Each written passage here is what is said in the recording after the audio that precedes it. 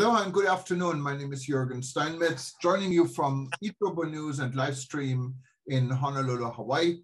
And with me is Dr. Peter Tarlow, and he will tell us where he is. He's not in College Station, Texas, so I'll ask you about the weather there.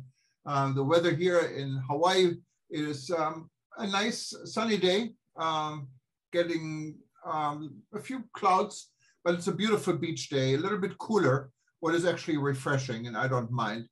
So we're talking about maybe it's like 74 or so, but cooler for Hawaii, I guess. And and we're going to hear a lot from Peter today, but he's in Mexico. Before we go there, just a few announcements for the World Tourism Network. Of course, we're both affiliated with, and eTurbo News is affiliated with. We have two very exciting appointments. One is Dr. Walter Memzebi. He was the former Minister of Tourism for Zimbabwe, and then he was the foreign minister and has been working with the African Tourism Board for some time as one of the executives. He joined now the World Tourism Network and our new African initiative and African chapter. And there is a lot going on already. He met yesterday with the Honorable Najib Balala, the Minister of Tourism from Kenya, and we will keep you tuned. A lot is happening in Africa. Also, we appointed Alain Sangange. He was the former Minister of Tourism from Seychelles and also a candidate for UNWTO, an international known figure, and he will be leading our public-private relationship. That means relationships we have with government and government entities, government tourism boards, and so forth. So a lot of movement in the World Tourism Network. We're following what's going on. We have issued some position statements, and we'll fill you in the next few days. But from Africa, or from the World Tourism Network, what is not only Africa, of course, let's go to Mexico, and that's where Peter is. Where are you, Peter? That's right. So we have gone now from Africa. We are now in Latin America. Right now, I'm in the city of Guadalupe, which is in the state of Zacatecas. And of course, for many people in the Catholic world, Guadalupe is also famous because this is the home of the Virgin of Guadalupe. So that's a very famous pilgrimage point for people in the Catholic world. But the state of Zacatecas is probably one of the colder states in the state of, speaking of weather. Today it wasn't too bad. It was about 16, 17 degrees Celsius, which is about 60 degrees Fahrenheit, but it was also very windy. And so all night long, we had a lot of wind in today. So that made it feel a lot colder just because of the fact that the wind just went through you. So everybody was wearing a scarf in some form of windbreaker or some sort of coat in order to deal with the cold there. This is a really fascinating place. There are two cities really next to each other, Zacatecas, the capital of the state of Zacatecas, and Guadalupe. And they're like twin cities in that sense. People come here, the center, both of them are World Heritage Sites. And their center cities are absolutely beautiful. It's like being in colonial Spain. So you have all the modern conveniences on the outside of the city, modern American hotels or modern European hotels. But when you get into the middle of the city, you feel like you've entered into 17th century or 18th century colonial Spain. So it's really quite a wonderful contrast. Of course, Mexico is world famous for its food. And I'm here working on training tourism police. And so we have two new groups of tourism police, one in the city of Zacatecas and a second tourism police that's forming in Guadalupe. So we'll have two specialized groups. They are being tremendously well supported by the State Secretary of Tourism and by other people within the state. Tomorrow, I'm going to be going to Acapulco, and I will be meeting this weekend with the mayor of Acapulco and possibly, I'm not sure yet, the governor of the state of Guerrero, talking about how Acapulco can use security as a tool to renovate itself, because it's had some really hard times. And then on Monday, I'm going to be meeting with a lot of important government officials in Mexico City before I come home. So this has really been an exciting trip. And you can really feel how Mexico is working hard to go beyond some of the negative reputation that it's had and really show the world that it cares about its tourists and it's doing everything it can to really make their lives comfortable, safe, and in so doing, making life better for its citizens also. So this is a time of real renewal and an explosion of ideas that are taking place. And when you compare that to the tragedies that went on today in Houston with the killing of 3 police officers and all sorts of other problems, and the tragedies that took place in Chicago, the murders in Washington, D.C., the murders in Los Angeles, the tragedies of New York City, and people being thrown into the subway tracks. Wow, I never thought I would say that I feel safer in Mexico right now than I do almost in the United States. So that's a really important lesson for people in the United States. It needs to get its act together and fast. Yeah, and it's, I think maybe COVID has a lot to do with this. People are getting frustrated, a lot of mental issues all over the world. And it's not only in the United States. If you look in Europe, you have several similar issues. People are getting frustrated. There are protests, there are violent protests. It is not an easy time. So, and I applaud Mexico for taking the initiative, trying to make it better during hard times, because what better times there are to repair something when there is a crisis and you can put the resources together you may not have in regular time. Yes. That's I should say just and unfortunately the other phone's ringing. I don't want to get up to take it, so I'll just hopefully let it ring itself through, and hopefully you can wipe this out. Nobody ever calls me here, so that's kind of a tragedy. But I do think it's really important to know that that not only COVID. COVID's too simple of a crisis. People in Mexico are very upset about the open border. It's hurting people. Today, there's a whole series of newspaper articles about how much people are suffering on the Mexican side because of the American policy of the open border. And the murdering of the police officers in the United States has nothing to do with COVID.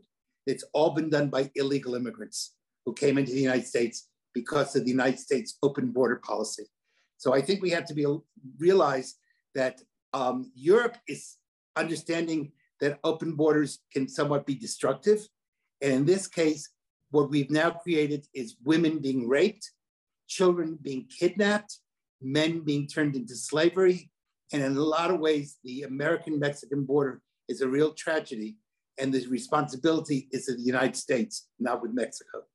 So COVID has been bad, but I think there's also terrible policies that are coming out of Washington.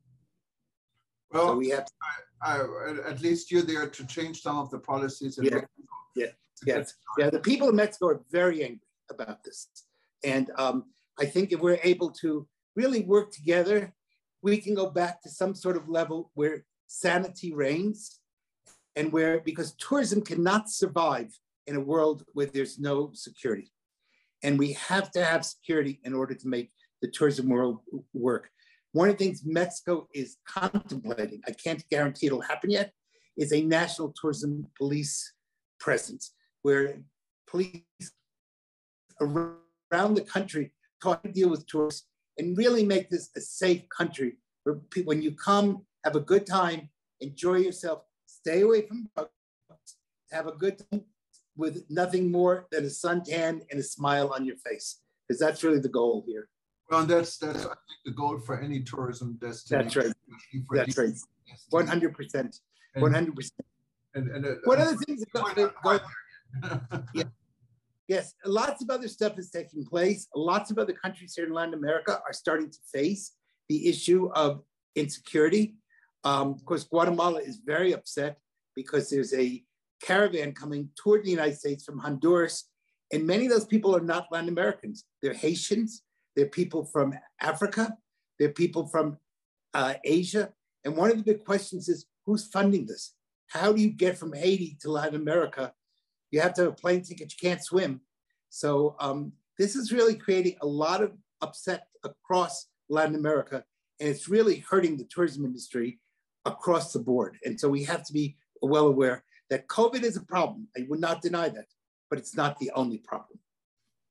No, of course not. Many, many problems in the world. And we're having war tensions in Ukraine and Russia. Yeah. Not an ideal world. I mean, we're all. No. How do you think those war tensions will impact tourism in Europe? It's tourism. It's tourism in the impossible time. So we have to repair. Yes. We're talking about tourism. We have to repair it everywhere right now. It's a new feeling.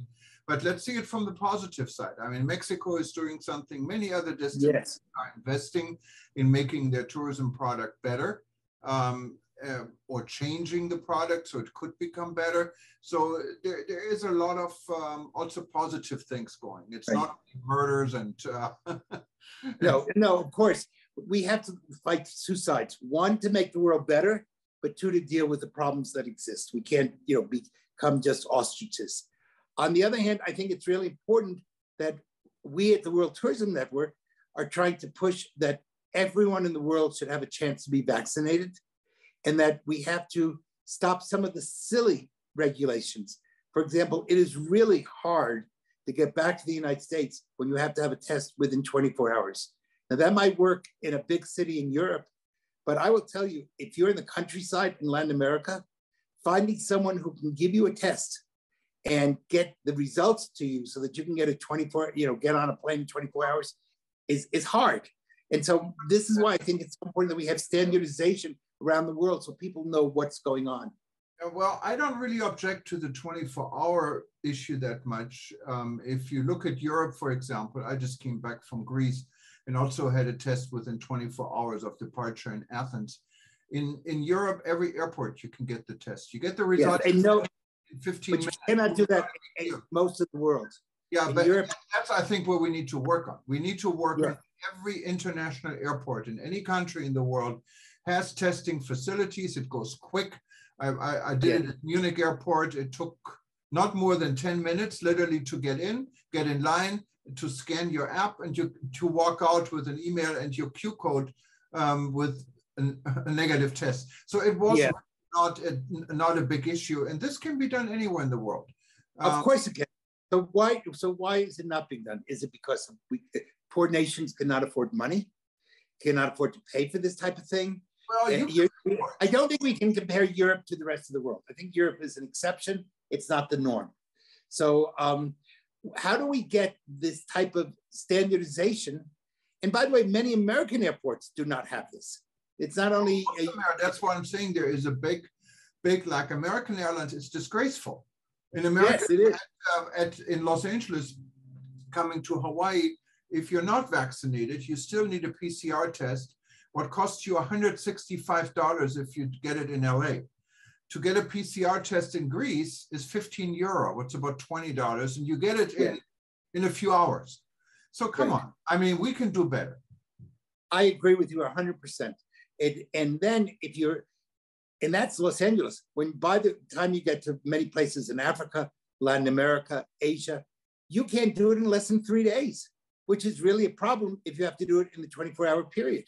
People are tearing their hair out, trying to figure out how they can comply with the law. So one of the things I think maybe the World Tourism Network should be working on is pushing that there be standardization in every airport, major airport. I don't mean a little, airport of one gate, but every major international airport that has international flights should be having a testing center so that people can do it right at the airport. You're there at the airport 3 hours early. I mean, in many airports in the UAE, even months and months ago, they had tests right at the gate. You could not get a flight from Emirates, and they're providing the test. First, they paid for it. Now I think the passenger has to pay for it. But come on, it's in Europe, if you pay for it, it's about €8. It's not a lot of money. And so there's no expense to the governments. It's just basically a. So how do we get to places that don't have the facilities of Europe or the UAE, which is really even ahead of Europe? So you're citing really the elite places. How do we get other places to be able to catch up? Just like, for example, so many people, one of the big tragedies in the United States is universities are requiring students to be tested once a week when people around the world have no tests. And we could be using those same tests to be tracking COVID or whatever we wanted to track around the world, because it seems to me if you have COVID in one country, it doesn't respect borders, it crosses borders. And therefore we have to be working to make it so that the world is safe and not just an individual country. Yes, and I think it can be done. The resources are there in the world, and you can do it without cost to the government.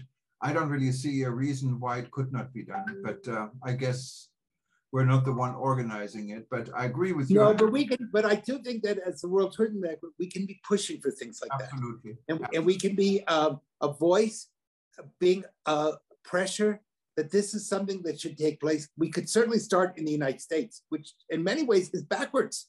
You know, it's not easy. They make life very difficult, and you really wonder the insanity of the American government that said it went and bought 500,000 of these rapid home tests, which you cannot use for a plane, by the way. Right. And now that you can take one test, because you have half a billion tests in a population of 350 million people, means everybody gets one test and maybe a 16th of a test. And what good is one test? You need to have many tests in your home if you're going to use that system. I mean, I was in Greece. I went to a pharmacy. I bought 20 tests, €5 each. What was a little bit more than most pharmacies would charge for it in Europe, but they had it readily available in a small pharmacy anytime you want. There was no supply shortage on this. Yeah. So you're absolutely right. People are waiting. People in the United States are waiting in line sometimes 2-3 hours, and the country was totally unprepared during the Christmas, New Year's season, when they knew there was going to be a lot of travel. And the fact is that everyone in the United States should have multiple tests in their home if we want to use home tests. And somehow we have to make that you can use that test to get on a plane. If not, okay, it's nice, but then what? And if there's a lack of therapeutics and a lack of other medications, so you isolate. That's basically all you can do. I mean, a second thing, Itobo News reported about it a year ago about masks, because the masks we were wearing in the United States, anything from cotton masks to medical masks, were not effective. We said it every day. CDC said you're not right. All these masks are okay, and you should not wear a KN95 or N95. Now it's 180-degree different. It's exactly the way Europe was a year ago. And what I noticed when I flew back from Europe, to get on the flight in Europe, on any airplane, you have to wear an N95 type mask. You cannot wear any other mask. They don't let you on. You cannot even get into the airport. Now, once you land in the United States, you can rip this mask off, you can throw it in the garbage and take one of these non-effective masks. You're completely okay. Why is this? Well, I think we see that the CDC has really dropped the ball on many areas. Now, the other part is I can't blame scientists for changing their mind along the way, because science is never settled.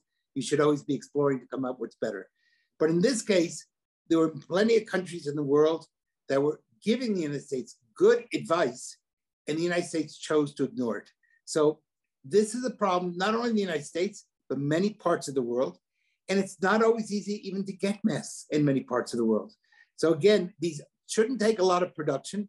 They should not be expensive, because they're expensive. People will not use them, especially poor people. And if you have a family and it's going to cost you $2 a mask, and you have a family of 4, that's $8 or $10 a day. That's a lot of money. That's $10 a day times 7 days a week is $70.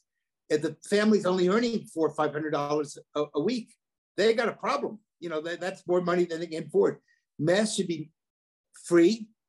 Now, the United States has this idea it's going to send everybody one free K95 mask.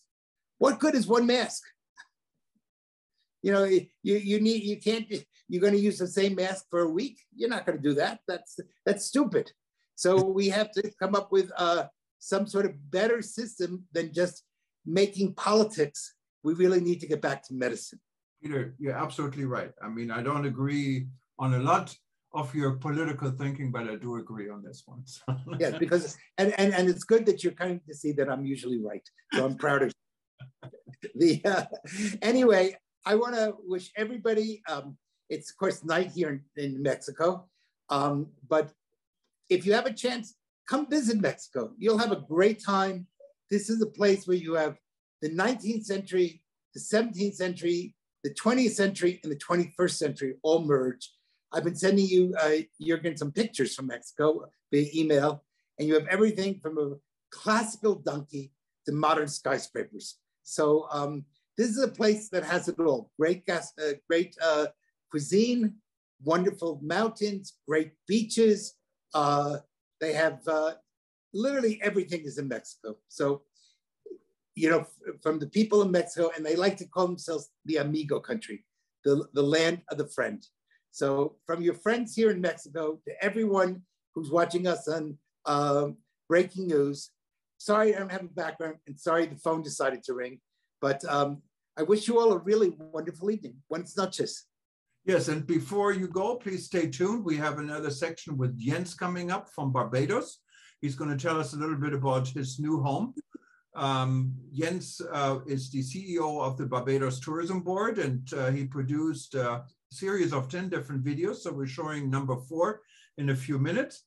And if you wanted to see our segment again, just go to eturbonews.com, click on our video link.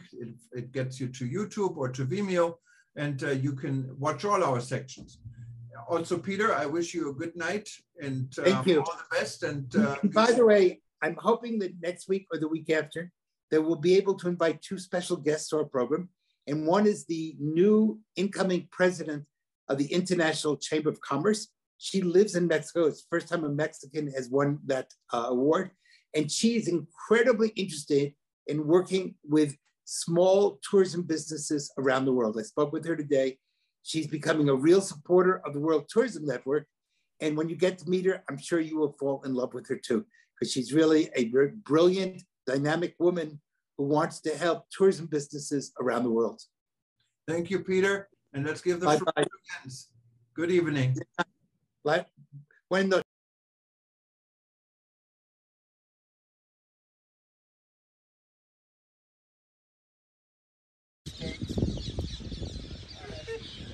golf game. Yeah, but it could have been a beautiful golf game. It was a beautiful day. Beautiful day here in Barbados at Westmoreland Golf Club. Yes. I'm here with Sir Gordon. And Sir Gordon, I wanted to talk to you about the value of sports tourism for Barbados. Well, sports tourism for Barbados is not something new. This is Barbados is renowned for sports tourism. And the sports tourism product have been on board for a long time and have been quite vibrant as well. I think Barbados is one of those sporting destinations that many people try to reach. You know, you're one of the cricket legends of Barbados and the West Indies, and cricket obviously has played a big role when it comes to sports tourism here. What do you think Barbados tourism should do to really leverage cricket, you know, as an asset to attract people to come to the island, you know, post the pandemic? I think right now we need to revamp the tourism product.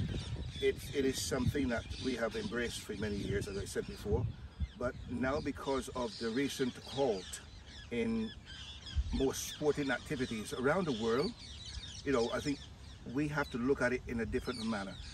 Maybe we perhaps did not pay sufficient emphasis on the development of sports tourism for Barbados in the past, but because of the recent problems of this pandemic, I think we need to take a different look, a different view of how we promote sports tourism for Barbados. Right, so I mean, I think with that, I think there's a lot of opportunity, and obviously leveraging legends like you, I think, will be an important factor as well to inspire people about what can be done in Barbados. But we need to promote Barbados outside of Barbados as well too. Because I've been places where people heard about Barbados, but not a great deal is promoted for Barbados in those areas. We need to promote Barbados before the people get here. Don't just wait till they get here and tell them about Barbados. They need to know about Barbados, where they come in, what is there to offer, and how we're going to actually sort of offer it to them. I think we are a service providing country, I believe, and we're providing a service that is second to none. And most of the time, we need to revamp that, because other countries are doing it, and we need to get on board and do that, or do it better, so that, you know, we take the bulk of the market, and we're able to actually sort of promote Barbados in that atmosphere, so that the sports tourism product is out there in the marketplace for all to see more clearly than it has been in the past. It's always a pleasure to play golf with you and meet with you, and I'm also looking forward to learning all about cricket from you as well, because I need to do that. I'm afraid you're a little late, sir. My time has come and passed. No, I think you're still going to be a teacher to kind of teach me on what I need to know about cricket and what I need to know about Barbados. Hopefully we'll do it in the bar. So good.